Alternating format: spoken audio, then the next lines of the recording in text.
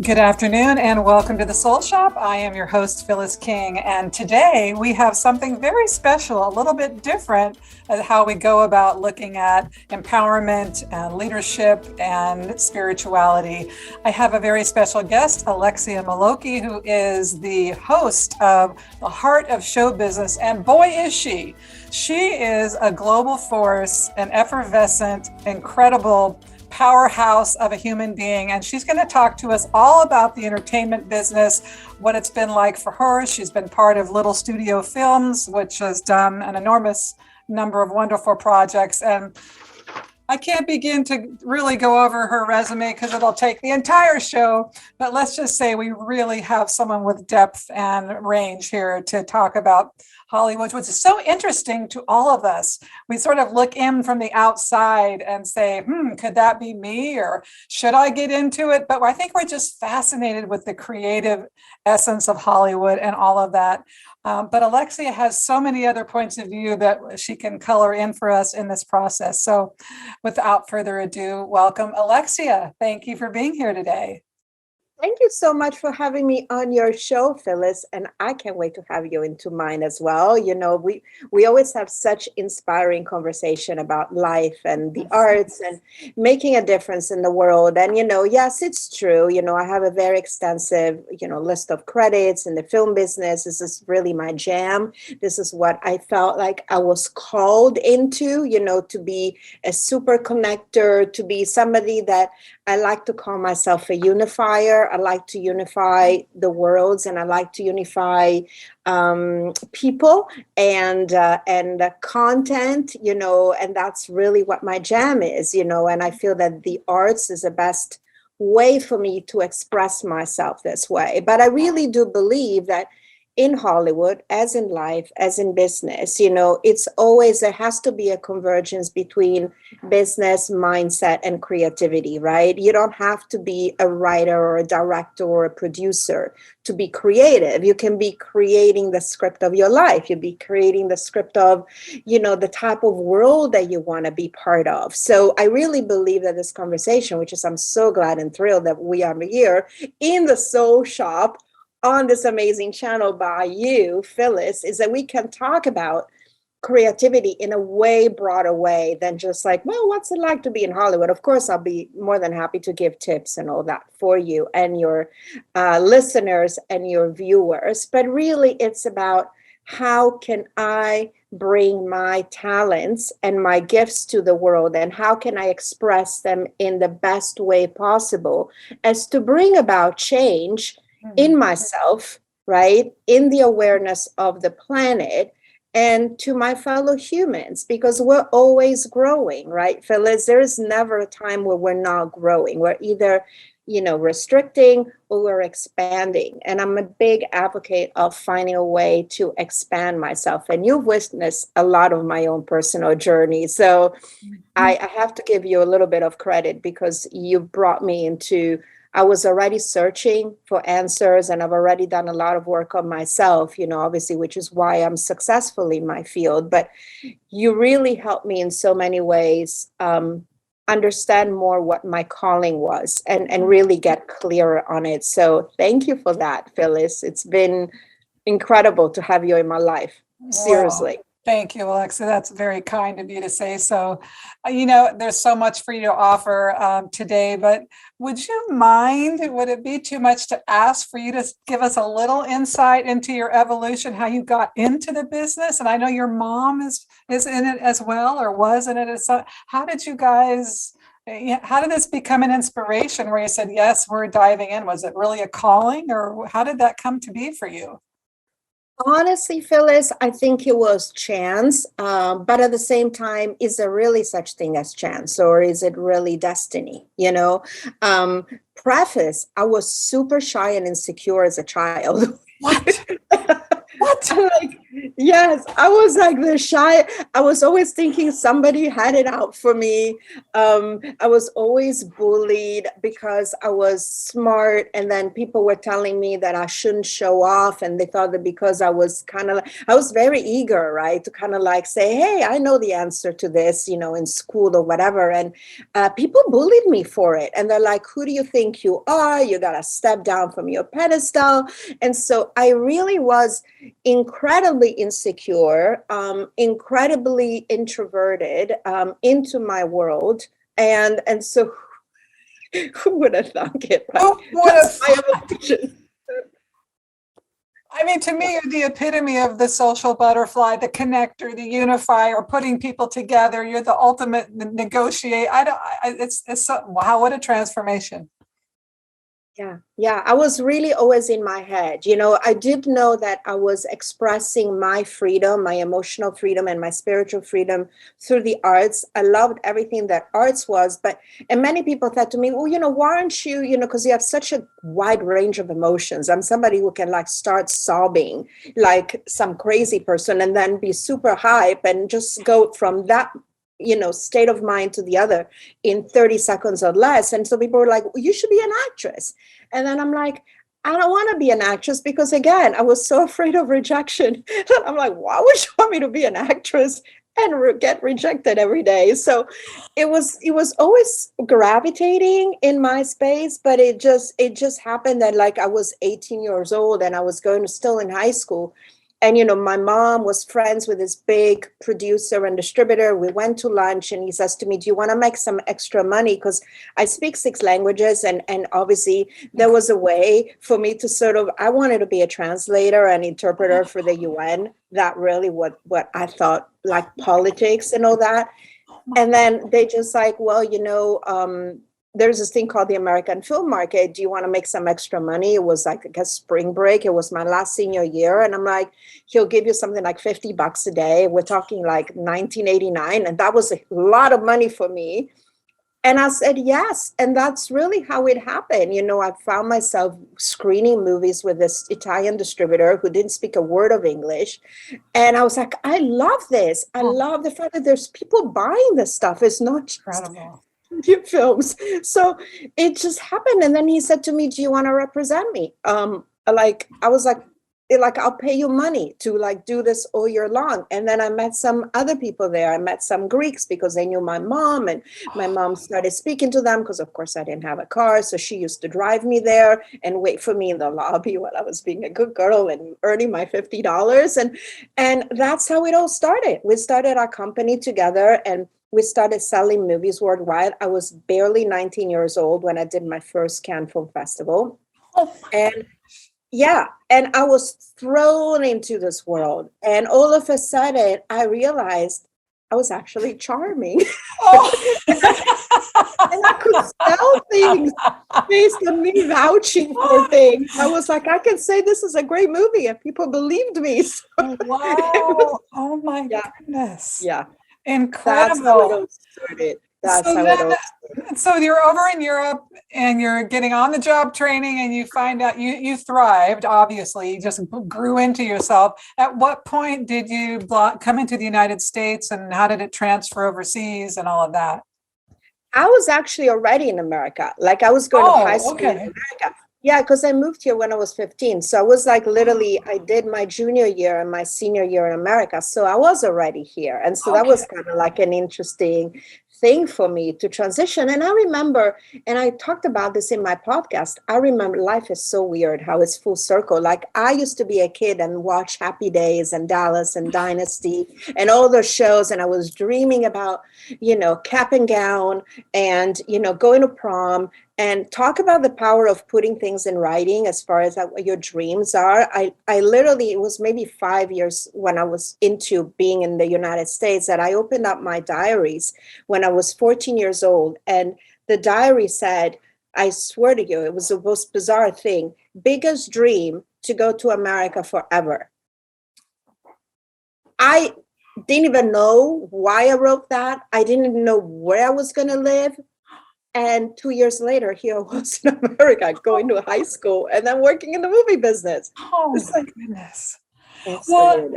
It's amazing how life just unfolds in its own way. But I know that one part of your career, you represented talent and you poured your heart out to people. I mean, you have bled in the streets for people. You have really fed people. You've washed their hair probably. I don't know. Was that something you enjoyed, or where did that fit in terms of your career?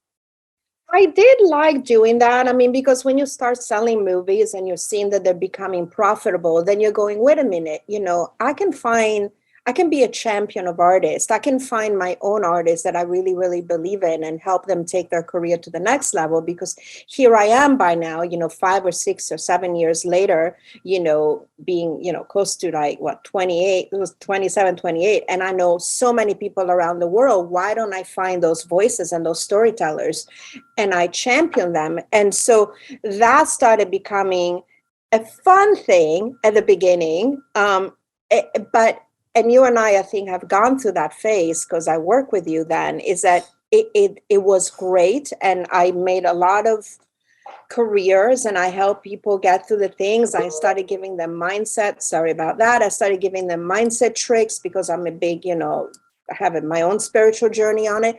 But then I was feeling drained at the same time. And I think that's something that many people do. There's sort of when you've been bullied and you've been shy, and then all of a sudden you're going into the spotlight, you're going to be a fun, like you said, social butterfly, super connector. You're not really mindful of your boundaries. And because, you either had them super strong at the beginning, and then all of a sudden those boundaries go away, and then you're letting everyone in and you're loving it and you're like, oh, social butterfly. But then you get to attract the energy suckers. And then it started really going south for me. I'm not gonna lie. Like in the appearance, I was doing great and I was happy, but there was a side of me, like the dark side of me, where I was like, but what about me? What about my calling? What about my dreams? Am I supposed to realize them through others, or can I have my own dreams Yes. and my own callings? And so that obviously the result of no boundaries and over openness, of course, bad marriage, you've lived a lot of it with me and all of that, because I didn't know.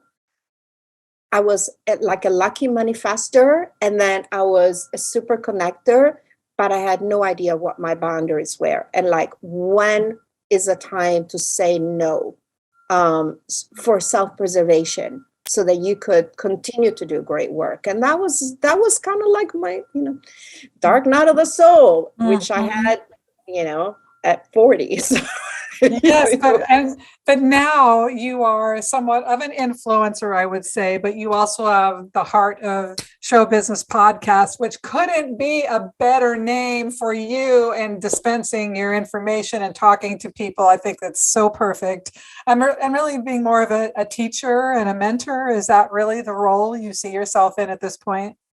it's interesting because you called that about me, like you and I, when we first had our like reading and I wrote your book, and it was like, how can I continue producing? Because of course I love doing that. I've loved seeing the vision of something that could be, but how could I also have a way? Because I know when I speak at conferences, people go, oh my God, I feel so good being in your space. I have hope. I have, you can give me strategies on how to make me stronger. How can I use that for my own personal branding?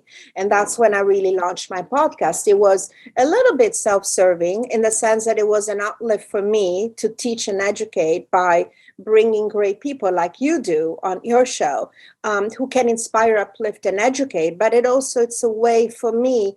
I give back, but then at the same time, I'm building a brand and I'm building a business. I'm not going to lie. I am, getting invited on world stages, and I am, in the process of writing a book, which is a long time coming, but it is going to come out. Yeah.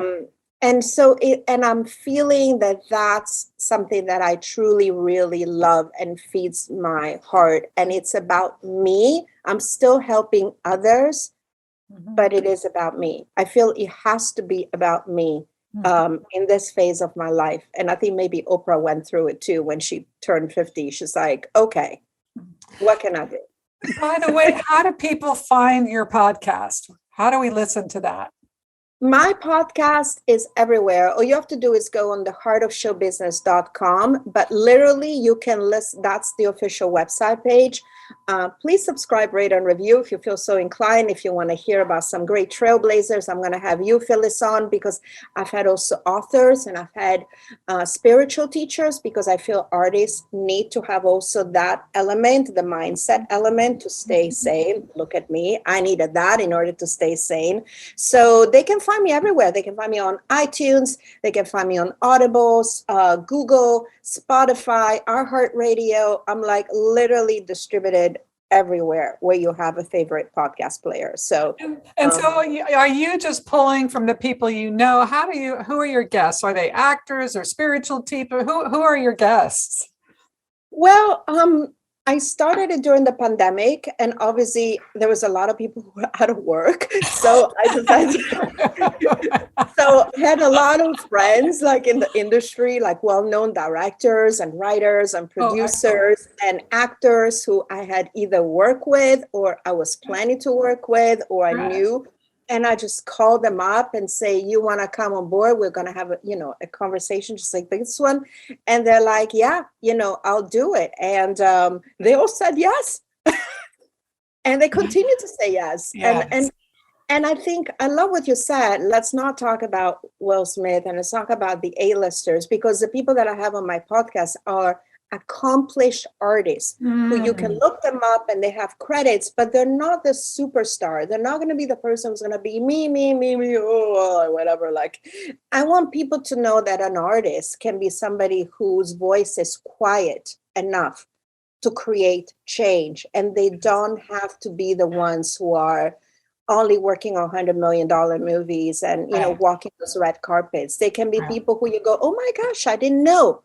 I didn't know this director had this personal life journey, and I didn't know what it's like to be behind there directing Joaquin Phoenix, or what it's like to be on, Magic City, the TV show, doing production design. I want people to know the craft of filmmaking, because it's not just the celebrities, Well, and that's what we think. We think it's just celebrities.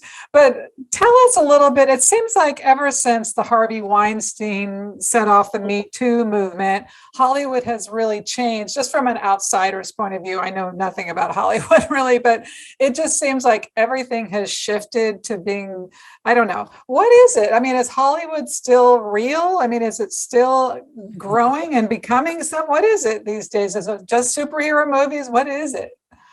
I love this question. Is Hollywood still real? You would think that after the pandemic, people would have had a little bit of a shift. Not so much in many ways. I mean, I don't think there's still not enough space for women storytellers to tell the stories. There's still the boys club. I'm in it myself, as I continue to produce and consult for distribution stuff and whatever. However, at the same time, what I love is that the world has opened up. So storytelling has become more meaningful than the celebrities. And yes, of course, there's the people who always want to do the superhero movies. That's kind of like a formula for the studios. But look at Netflix, look at Amazon, look at all those great streaming platforms. And you're seeing, oh my God, here is like this movie done by or this series done by Spanish, German, Italian. Yes. You don't even think about that anymore. You're just enjoying the story. And I think this is an exciting time for us because people are craving connection, and that's kind of like why everybody was binging on the streaming and going, oh my God, have you seen the series from like Mexico? And people would never talk about that before. They're like, a foreign language, who cares? Like, if Will Smith is not it, why should I watch? Talk about Will Smith right now. It's like but that's the exciting part, I think. Is it still difficult and hard, Phyllis? It is, which is why I'm a fierce advocate of working your connections and working the human level of networking, and also having your mind right. You've got to work on yourself, because if you don't, you're going to fall prey to so much. I mean, there's still backstabbing. There's still people all of that is still there. It's not Hollywood is not clean. Let's put it this way. Okay. All right. Yeah. So how Yeah. does somebody know, whether they're a writer or they want to produce, whatever they're leaning at, how do they know if they're right, if they should do it or not? Is there signals? Is there a way they should know that they should come and do it or move to Hollywood, or do you have to be in Hollywood to be successful? Or You don't have to be in Hollywood to be successful. You just have to have a story to tell, and you have to have a very clear why.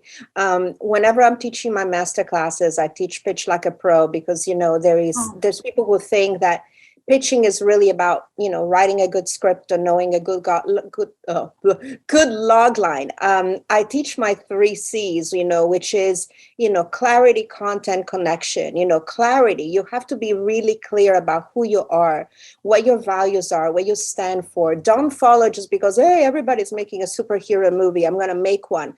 Do you have a voice? Do you have something to say? And what is the best way for you to express it? Could it be a book? Because you write books. Could it be a book? Could it be speaking engagement? Could be a script for a movie? Could be a series? And then, of course, content, which means you got to teach. You got to learn from the best, because you can't be like, say, I'm going to be a doctor and, hey, I'm going to have a practice in Beverly Hills and everybody's going to come and see me. No, you have to go to medical school, right? You have to spend money, you have to learn, and then you have to do your thing in the hospital for 3 years and for free, basically, so that you can then you have to build your clientele. So that's why I call clarity, content, and connection. Content can be education, obviously, and the values of why your story is relevant. And then the connection part is like marketing and sales and knowing how to behave inside a room when you're pitching your project or you're pitching yourself in anything in life. You have to know how to do that. And I think it applies in every area of business, not just, show business, but also dating, romance, financial. You have to know your 3 C's. So that's what I teach in my Pitch Like a Pro masterclasses. I'm going to be doing one in Utah in June. I'm part of this. Yeah, I'm part of this Hane Saga storytelling conference. Again, living the dream of being a speaker. And I'm going to be speaking with a lot of industry pros. We're going to be in Utah with teaching people a lot of things. And one of the things that I'm going to be teaching is how to pitch like a pro. So there you go. That sounds like an amazing opportunity. That's incredible. I just know so many of my clients. I had a radio show in LA for a very long time. That's why I have so many people in who like acting and all that. They may have talent, but what's the mistake? They think they're going to get discovered. So this is really baseline, but do people actually get discovered? No. Anymore? That just doesn't that's like a fantasy that you see in the movies, right? Everybody who makes it is a 30-year overnight success. I got it. They think it's like, oh, great, I'm going to get off the bus and I'm going to be discovered. Or I'm going to have a lot of followers on Instagram and I'm going to be a TikToker or a YouTuber or, an Instagrammer and have 5 million people. Yes, unless you're the Kardashians, but that's everybody wants to be a Kardashian, but that's really not going to make it. Yes. Do people look at those things? Do people look at the social media? They do. So be careful on how you represent yourself, because if you want to be a serious dramatic actor or you want to be a serious writer, they certainly don't want to see you on a table drunk, partying. That's really not going to be good for your image, So you got to be careful about how you're leveraging. But ultimately, people, they want storytellers. So if you're an artist and you want to do that and that's your dream, by all means do that. Just know that it's not easy and you're going to have to spend a lot of money, invest money, and maybe also have a side gig while you're doing that. It's not going to be. You really have to make it happen for yourself and make connections and continue to work your craft. And it takes time, unless it's the rare person who it doesn't take a lot of time. Yeah. And it could be, like you said, it could be where you're working your connection angle. That's really where you get your opportunity. That's why I say it's okay, because maybe you're talking to the right people. You're if it's your destiny. Look at me. I said it was luck, but clearly it was destiny. Mm-hmm. It happened. But then I work hard at it, Phyllis. Yes, you know that. You most certainly I work do. Yes. It's not like I go, oh yeah. Sometimes it takes me 10 years to get a movie made, and I'm going into debt, and I'm like, using my credit cards or whatever. But then now, because I've learned it, I have the luxury to also be able, when people want to get my advice, they have to pay me for it because, hey, I've done it for 30 years now. So I Right. need to give value to myself. And if you Yeah. want me to teach you, then just like you, when people want to work with you one-on-one, you have to pay me so that I can show you the best way, the best path forward. Right. Um, and hopefully they will be at the same level at some point. But you got to start from somewhere. I vacuumed in offices. I worked in an office, as an intern to learn about selling. And I was vacuuming. I was answering the phones. I was sending faxes out. you know, I had to. Yeah. Well, and see, this is one of the most beautiful parts of your metamorphosis to me, is that you've really become so conscious about how you affect the world, women's empowerment and leadership. I mean, you're on the board at Eden Magazine, which really is an advocacy for animal rights and other things. So talk a little bit about that and why that's so important and what your role is in that as you see it. I love writing for the Eden magazine, and I love connecting people. I'm so glad. You're such a great vital contributor. I love all your articles, Phyllis, by the way. I'm sure Miriam is just thrilled to have you. And it just happened that I met Miriam through a friend of mine that's the editor and publisher. And I was like, you know what? I want to talk about artists, and I want to talk about what they do to change the world. And I said, maybe I should write something, once a month, and talk about me going to the festivals, or talking about some angle, whether it's climate change, some movie about climate change, or maybe it's someone who's doing something. I did a piece about like the fires in Malibu, and there was a daughter of this mega producer who was basically saving the animals, and she was driving around to get the horses out. And I'm like, I want to show that Hollywood is not just obnoxious and self-serving, that there's people who Yes. really do something. And so I started writing those articles, and I love doing that. And now, of course, I got so busy with my own podcast, with everything, that I haven't been able to write as frequently, but, because of my contribution, I do videos, I go and help, animal advocacy, and I bring in celebrities sometimes for the cover of Eden magazine. I brought my good friend Blair Underwood on it and stuff like that. And I love being part of the Eden magazine, as you do, because, we're all doing it for the kindness of our heart, and we believe in the mission. People need to pick up that thing and go through 100 pages of inspiration. And that's what I love doing. And I'll continue doing it, and if it's a way for me to save animals, Yes. I'm a happy girl, Yes. Yes, we all love the animals, most definitely. And I really enjoyed that almost all the people that grace the cover of Eden, they're advocates of some sort themselves. So it's really a congruent piece of work that you're reading and feeling. It's very authentic. I love that. Yeah. Yeah. And I love that you're doing this show. Yeah. I think it's so needed. It's Thank, so needed. thank And you. again, she's not paying me for it, but everybody read her books, and everybody do one-on-one stuff with Phyllis. She's really good. Like, Thank you. Thank you so I much. mean, So yeah. I just want to touch back for a minute because you talked about Hollywood kind of being still an all boys club, essentially. Are there ways for women? Are women supportive of one another? Do you find that there are groups or communities within the community where women can find sustenance and support? Good question. I was recently a speaker in a Women in Entertainment panel for Filming in Italy. And one of the things that I said, and it's kind of sad, that we talk about toxic masculinity a lot, but there's also toxic femininity, believe it or not. And so women, because I think the jobs are so far in between for women, sometimes instead of lifting each other up, they see each other as competition.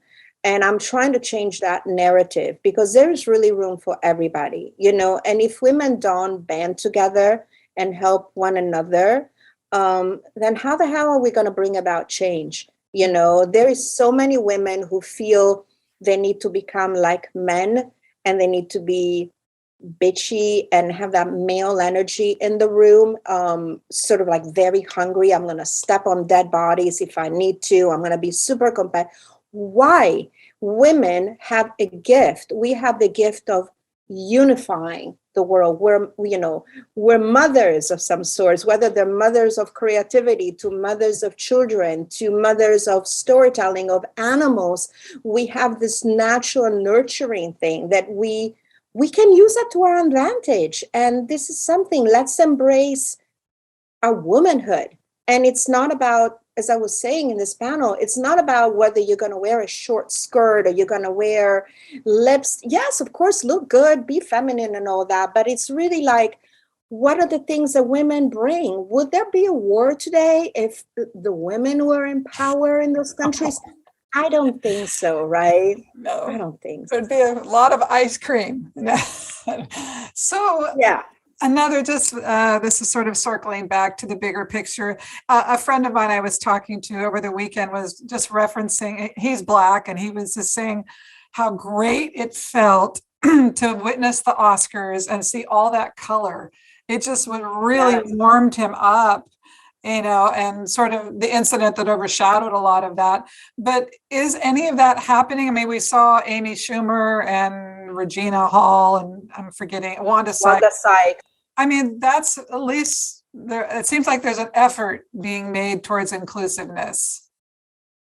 There is. I think it is changing. I think people are being more open. What I don't like is when people now, there's a reverse of it, where really, really good writers who may not be in the BIPOC community, which is, Black, Indigenous people of color, don't get hired so that there can be room for that. I think there still should be a meritocracy in Hollywood. So if you're damn good at what you do, whether you are Latinx, whether you're BIPOC, whether you're Caucasian, whether you're trans, LGBT, I don't care, but give the job to the best person in the room. And so I think it's gone a little bit to the other side where it's like, oh, let's show that we are all opening up, but don't do that and then alienate other people out of that. So I think it's happening, but sometimes extreme, a little bit like when it happened with the Harvey Weinstein in the Me Too movement, where like all of a sudden it's like, oh, men are evil. Okay, let's not push it.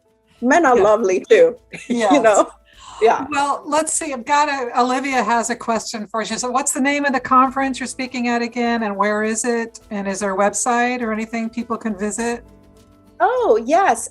It's hanesaga.com, and it's actually in Kanab, Utah. It's in a magical, magical place in the middle of nowhere. There's going to be some major players from Netflix and HarperCollins, publishers and everything. And it's very intimate, and it's magical. It's in the desert. It's in the middle of nowhere. We're going to be like going and having picnics in the pink dunes and gazing at the stars and having like the natives give us ceremonies. So it's going to be like a really intimate place. And yes, there's still early bird tickets. I don't know if you want me to promote, but there's still early bird tickets if people want to go and have that one-on-one experience with like trailblazers and just meet people and make friends. Phyllis, you should come. Like literally, it's beautiful. I like that. It's not a film market per se, but it's called hanesaga.com, and it's all about storytelling. So there's going to be authors. HANE SAGA, hanesaga.com. Oh, okay. And it's in Kanab.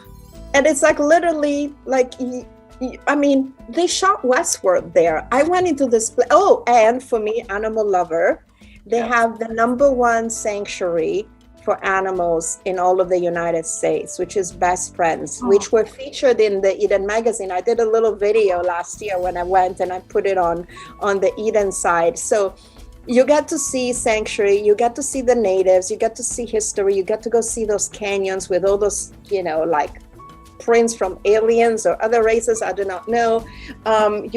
It's just magical. So I'm excited. Yes. Katrina, I see you're out there. Is there anything you want to ask Alexia or say in our remaining moments here, since you listen and take in every little morsel?